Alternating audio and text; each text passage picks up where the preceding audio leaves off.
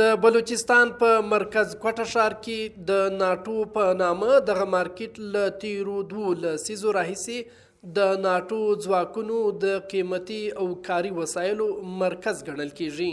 دغه مشهور بازار ته به له افغانستان څخه په زیات شمیر کې د ناټو ځواکونو کارول سوي توکي او وسایل د خرڅلاو لپاره راوړل کېدل. دا مارکیټ چې دی دا تقریبا 10 کاله 15 کاله مخکې نیټو سامان چې راتله نو د دې د وجې دا مارکیټ په نیټو نامه باندې مشهور شو. اوس هم کوم سامان چې پروت دی ګرد امپورټي سامان دی د بارغه دی دا هغه چاینا سامان دی چې نیټو لپاره جوړ دا ټوټل باران دي.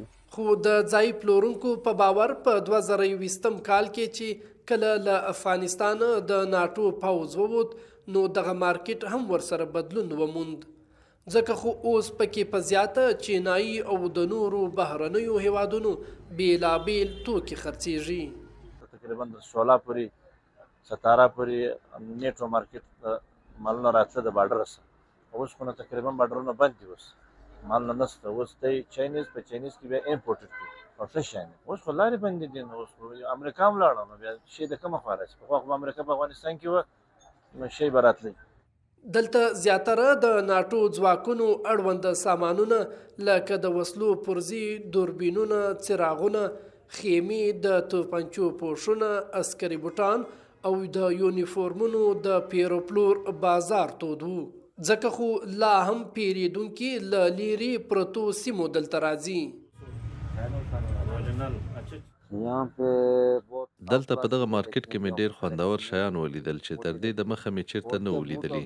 د پوځیانو بوټونه، د هغوی بایکونه، جاکټونه، یونیفورم او داسې مې د هغوی دوربین او ډیری نور شیان وکتل چې شته دلته.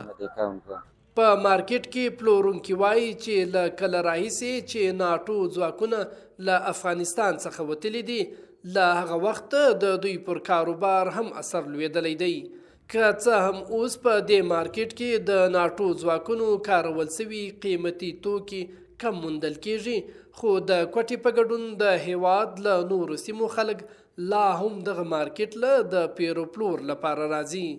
حمید الله ستوری شیرانی DW کوټه.